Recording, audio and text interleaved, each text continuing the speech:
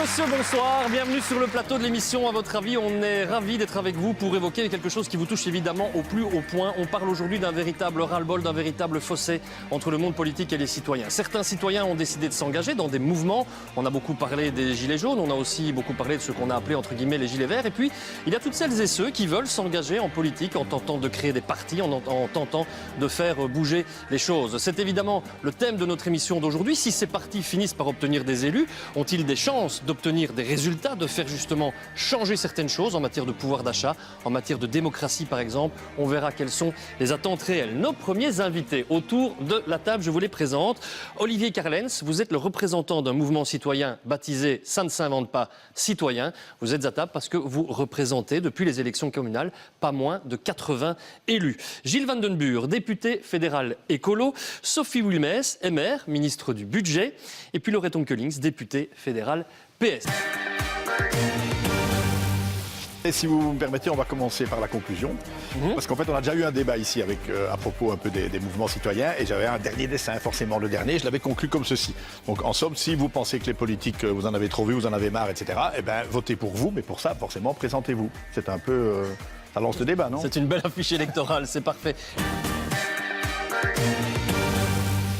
J'ai dit que vous présentez le mouvement citoyen, 80 élus aux dernières élections communales. Ça regroupe 25 mouvements citoyens.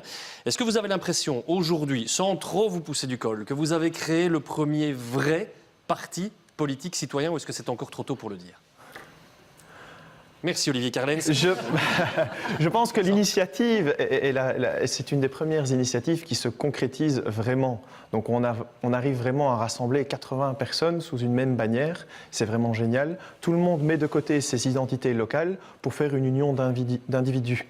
Donc on a vraiment créé quelque chose de nouveau. Et pour reprendre le message Facebook justement de la personne, non, on ne deviendra pas comme les autres. On a des valeurs qui nous sont propres, un fonctionnement interne qui nous sont propres et qui sont très bien définis et qui justement ne vont pas tendre vers les dérives et vers les scandales qu'on a connus ces dernières années. Ça a été ça, le ras-le-bol par rapport à ces scandales, à ces dérives et même parfois certains comportements, c'est-à-dire que tout parti confondu, vous considérez qu'il y a là quelque chose qui ne va plus et qui doit absolument changer?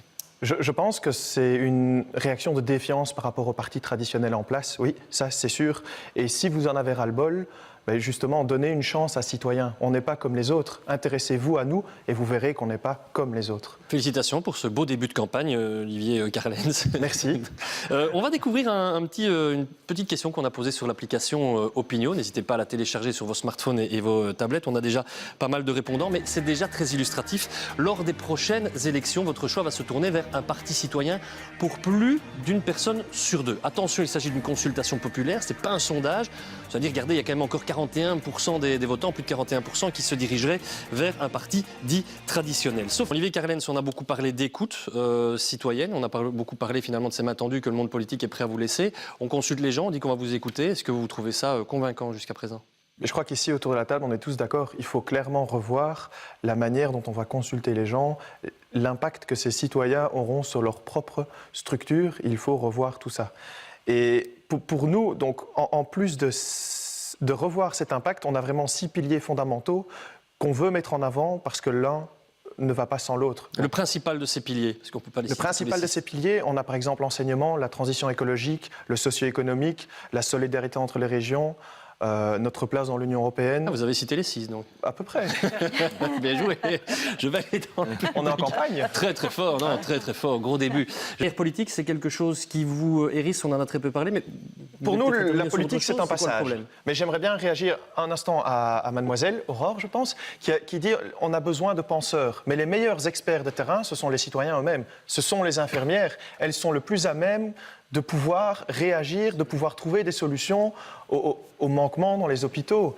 Et pour ensuite reprendre Madame Onkelings, qui dit oui, des fautes d'éthique, mais c'est très simple. Il faut simplement une bonne gouvernance. Et la bonne gouvernance, c'est simplement installer une culture d'une évaluation. Un code de déontologie, comme on vient de l'entendre? Non, une évaluation des mesures prises à court et à long terme. Et un code de déontologie. Strictes, oui, hein. et des règles strictes. Oui, tout à fait.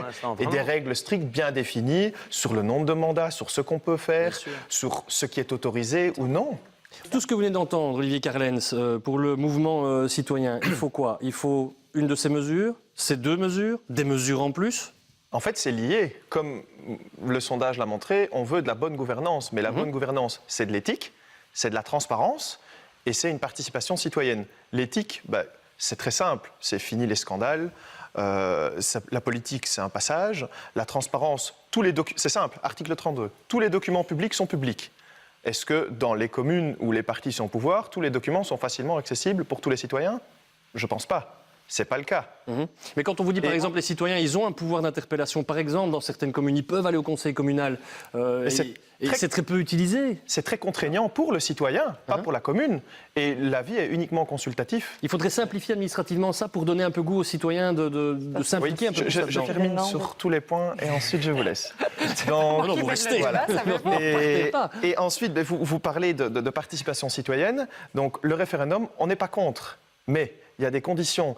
Pour le référendum, il faut protéger les minorités, c'est très important. Vous avez en Belgique des Flamands, des Wallons. Vous avez à Bruxelles une majorité de francophones pour des Flamands. Imaginez un référendum si rien que les Flamands se positionnent, les francophones sont en minorité, donc ça ne va pas. Le référendum, oui, à certaines conditions. Et puis, il faut le ficeler et le cadenasser suffisamment pour qu'on ne tombe pas dans l'extrémisme et le populisme. Vous l'avez cité avec Trump, Brexit, par exemple. Alors, on va poursuivre. Je termine. Si vous voulez bien, pour conclure, oui. L'Irlande, c'est l'Irlande. Laissons ces pratiques à l'Irlande. La Suisse, c'est la Suisse. Nous, on est en Belgique. En Suisse, le référendum n'a pas empêché les scandales bancaires. Donc, le référendum n'est pas la solution à tout. Et il y a une participation à certains référendums en Suisse de 25%. Donc, ce n'est pas représentatif du corps électoral. Le mot de la fin, Pierre, c'est lequel ce mot de la fin? Mais vous avez une machine, là, je ne sais pas quoi, un ordinateur qui calcule le mot le plus... Toutes les semaines maintenant, on a le mot le plus utilisé. Et dans l'oreille, j'ai une oreillette qui est censée me donner le mot le plus utilisé de la semaine. Et c'est citoyen, le mot le plus utilisé. Voilà. Surprise, hein, grosse surprise. Mais évidemment.